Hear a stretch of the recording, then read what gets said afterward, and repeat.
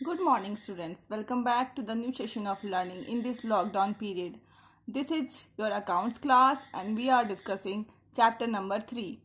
And today we are going to discuss about the matching principle. Matching principle का मैं पहले आपको एक एग्जाम्पल दे दूंगी और फिर मैं आपको समझाऊंगी. सपोज आपके पापा अर्न करते हैं, आपका फैमिली है. Okay, this is your family. Okay, आपकी फैमिली है, इसमें आपके सिर्फ पापा अर्न करते हैं.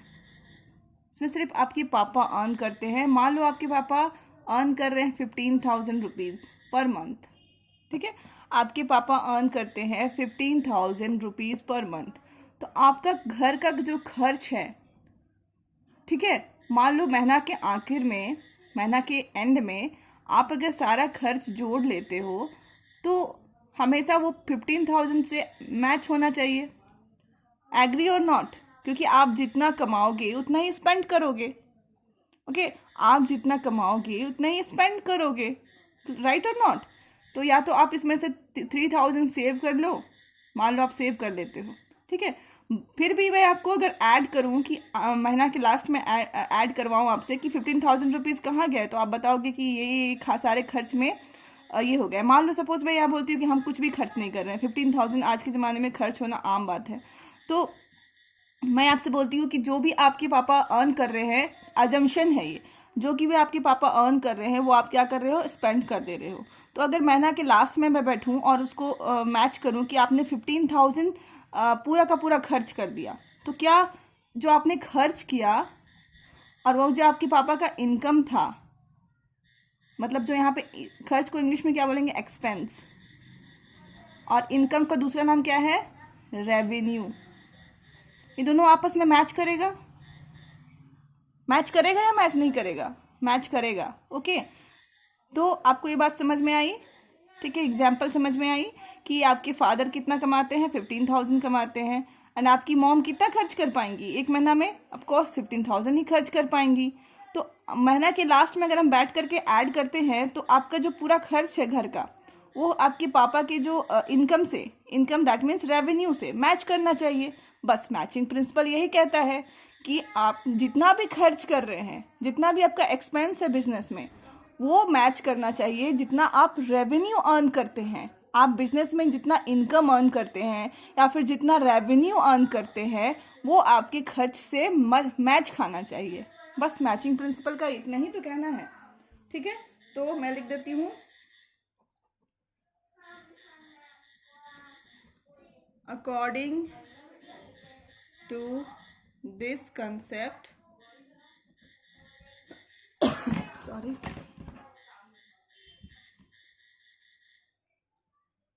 the expenses for an accounting period are matched against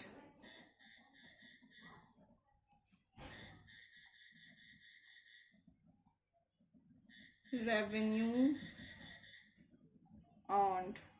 okay, इसका कहने का मतलब ये है कि according to this concept the expenses for an particular accounting period are matched against revenue earned. मान लो ये हमारा पूरा का पूरा साल था. रेवेन्यू मतलब इनकम होता है, ऑलरेडी सेड यू. रेवेन्यू का मतलब क्या होता है, इनकम होता है. तो ये पूरे साल भर में हमने जो इनकम अर्न किया या फिर बोलो रेवेन्यू अर्न किया, ये किससे मैच होना चाहिए, जो हमने एक्सपेंस किया, जो हमने पूरे साल एक्सपेंस किया, उससे हमारा जो रेवेन्यू है वो मैच करना चाहिए. बस ये डेफिनेशन यही बोल रहा है, ये प्रिंसिपल भी यही कहता है कि according to this principle the expense for an accounting period are matched against revenue earn. ठीक है, जितना भी रेवेन्यू आपने अर्न किया है वो एक्सपेंस से मैच करना चाहिए of a particular period. Okay, example क्या दे रही हूँ मैं, डेप्रिसिएशन. ठीक है, डेप्रिसिएशन क्या होता है, डेप्रिसिएशन में there is a fall in the value of fix assets is called depreciation. Okay, तो जैसे मान लो हमने एक असेट्स खरीदा और उसको पूरे साल यूज किया. ठीक है, पूरे साल यूज किया तो उसका कुछ उस पे एक्सपेंस हुआ होगा. ठीक है, आप किसी फिक्स गुड्स को आप वॉशिंग मशीन खरीदते हो, उसको पूरे साल यूज़ करते हो, उसमें कुछ तो कमियां आया तो कुछ तो नुकसान होता है पूरे साल यूज़ करने के बाद. इन द सेम वे हमने एक असेट्स खरीदा, उसको पूरे साल यूज़ किया तो उसमें जो नुकसान या फिर जो उसमें गिरावट या फिर उसमें उसकी जो वैल्यू फॉल हो गई वो किस वजह से हुई? डेप्रिसिएशन की वजह से हुई. इसीलिए हम अपने बिजनेस में डेप्रिसिएशन चार्ज करते हैं. Because of this concept, because of matching concept we charges depreciation in our business. ठीक है, अब हम दूसरा पढ़ते हैं. नेक्स्ट है हमारा डुअल एस्पेक्ट प्रिंसिपल. अब डुअल एस्पेक्ट क्या प्रिंसिपल क्या होता है? डुअल एस्पेक्ट प्रिंसिपल कहता है कि जितने भी ट्रांजैक्शंस हम करते हैं, ठीक है, एक तो उसका डेबिट साइड होता है और एक क्रेडिट साइड होता है. ठीक है, क्या कहता है? एवरी ट्रांजैक्शंस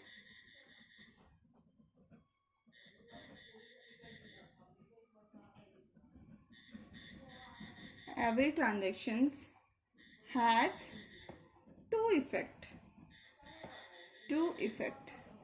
हर एक ट्रांजैक्शन का दो इफेक्ट होता है. कोई भी ट्रांजैक्शन अगर डेबिट हो रहा है तो अगेन वो कहीं ना कहीं जा करके क्रेडिट जरूर होगा.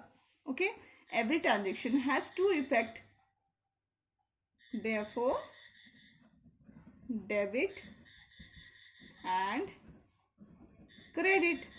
हर एक ट्रांजैक्शन का दो इफेक्ट होता है, डेबिट एंड क्रेडिट. मान लो कहीं पे हमने 5,000 से डेबिट किया है तो ये 5,000 से कहीं ना कहीं जा कर के वो क्रेडिट जरूर होगा.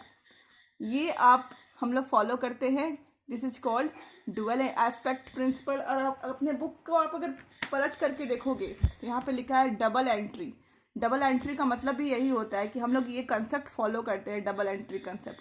मतलब कहीं ना कहीं पे अगर कोई ट्रांजैक्शन डेबिट हुआ है तो कहीं ना कहीं क्रेडिट होगा. हम लोग इसी ट्रांजैक्शंस, ये जो प्रिंसिपल है इसी को फॉलो करते हुए अपने अकाउंट्स को बनाते हैं. और हमारा बुक भी इसी चीज़ पे बेस्ड है, डबल एंट्री.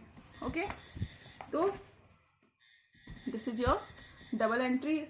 और इस पे आपको एक इक्वेशन दिया हुआ है जो कि आपको आगे भी पढ़ना है.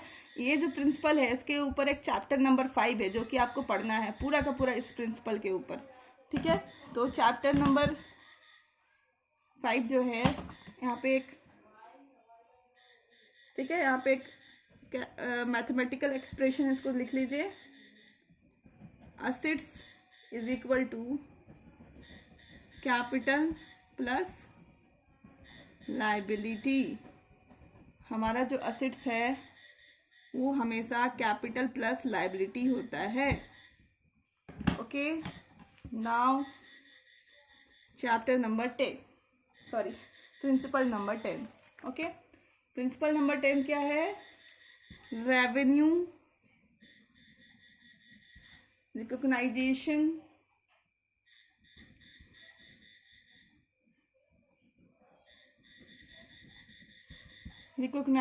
कंसेप्ट. रेवेन्यू रिकॉग्नाइजेशन कंसेप्ट ये क्या कहता है? Revenue recognisation concept, revenue is recognised in the period which it is earned irrespective of the fact whether it is received or not. मान लो मैंने एक सामान बेचा, मान लो I am a shopkeeper. Okay, I am a shopkeeper and I sold one goods. मैंने एक सामान बेचा, ठीक है, गुड्स बेचा, इसका, ठीक है, गुड्स सेल किया, उसका दाम है 10,000. ठीक है, मैंने एक गुड्स बेचा और सपोज मिस्टर एक्स ने मेरे से गुड्स खरीदा. ठीक है, गुड्स खरीदा, तो मान लो उसके पास पैसा नहीं है अभी. उसने कहा ठीक है मैं आपको पैसा 2 दिन के बाद दे दूंगा. ठीक है, तो मैंने तो सामान बेच दिया, ठीक है। तो मेरा ये प्रिंसिपल कहता है कि जब आपने सामान बेचा है तो वेदर आपको पैसा मिलता हो या नहीं मिलता हो, आपको कैश रिसीव्ड होता है या फिर नहीं रिसीव्ड होता है, आपको अपने अकाउंट्स, बुक्स ऑफ अकाउंट्स में उस ट्रांजैक्शंस को रिकॉर्ड कर लेना है। क्या कहता है ट्रांजैक्शंस? आपने कोई ट्रांजैक्शन किया, कोई भी आपने देखा सामान, मैंने गुड्स बेचा, goods, I sold the goods, but मुझे पैसा नहीं मिला इन रिटर्न। इसने क्या कहा कि मैं आपको बाद में दूंगा, 3 महीने बाद दूंगा, 4 महीने बाद दूंगा, ऐसे कह दिया, बट मैंने तो अपना गुड्स दे दिया ना इसको। तो ये प्रिंसिपल कहता है कि आपको पैसा मिलने का वेट मत करिए, आप क्या करिए, अपने बुक्स ऑफ अकाउंट्स में उसको रिकॉर्ड कर लीजिए। ओके,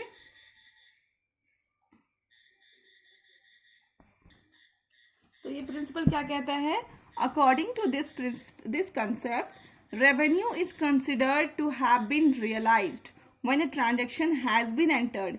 जब हमने एक दूसरे से ट्रांजैक्शन किया, like I sold the goods, तभी हमने ये माना जाता है कि हमने क्या किया, रेवेन्यू को रिकॉग्नाइज कर लिया है, मतलब रेवेन्यू अर्न कर लिया है। वेदर वो हमें पैसा दे, कैश पे करे या नहीं करे, हमारी ड्यूटी है कि हम अपने बुक्स ऑफ अकाउंट्स में उस ट्रांजैक्शंस को राइट डाउन कर ले, ओके, लिख ले। और जो when our transaction has been entered into and the obligation to receive the amount is established. And obligation मतलब होती है एक लाइबिलिटी, दोनों के बीच में एक लाइबिलिटी वाला रिलेशन हो जाता है कि वो पर्सन की लाइबिलिटी बन गया है कि वो मुझे आज या फ्यूचर में हमें पैसा दे। ओके, तो this is called revenue recognisation concept. Our last principle is, that is 11th, variable objective principle, ठीक है, वेरीफिएबल ऑब्जेक्टिव प्रिंसिपल। ये प्रिंसिपल कहता है कि आप जो भी ट्रांजैक्शंस रिकॉर्ड करते हो अपने बुक्स ऑफ अकाउंट्स में, उसका एविडेंस होना चाहिए। लाइक आप कोर्ट में जो भी चीज़ पेश करते हो ना, मतलब जो भी लॉयर होता है वो कोर्ट में कुछ भी पेश करता है कि आपने ये कहा, उसको प्रूव करने के लिए उसके पास एक एविडेंस होता है, विटनेस होता है, ठीक है।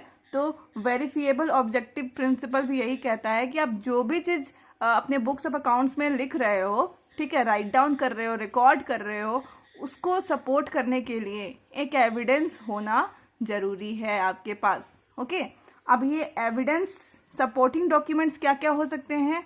वो है कैश मेमो। कैश मेमो क्या होता है? जब आप कहीं से सामान खरीदते हो और जो आपको बिल मिलता है उसको कैश मेमो कहते हैं, या फिर आप जो कैश पे करते हैं that is cash memo.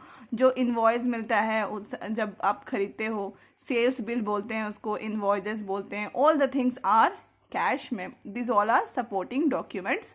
And verifiable objective principle ये कहता है कि आप जो भी चीज़ अपने बुक्स ऑफ अकाउंट्स में लिख रहे हो, सबको वेरीफाई करने के लिए आपके पास क्या होना चाहिए? एक सपोर्टिंग डॉक्यूमेंट्स होना ही चाहिए, जिससे आप, हम लोग जो बाद में एक इंस्पेक्टर आते हैं ना कि आपके अकाउंट्स को चेक करने के लिए, तो वो लोग कैसे वेरीफाई करते हैं कि आपका अकाउंट सही है या फिर गलत है? वो डॉक्यूमेंट्स को देख देख करके वेरीफाई करते हैं कि हाँ आपने 2000 लिखा है तो 2000 का डॉक्यूमेंट्स आपके पास है, आपने सही बोला।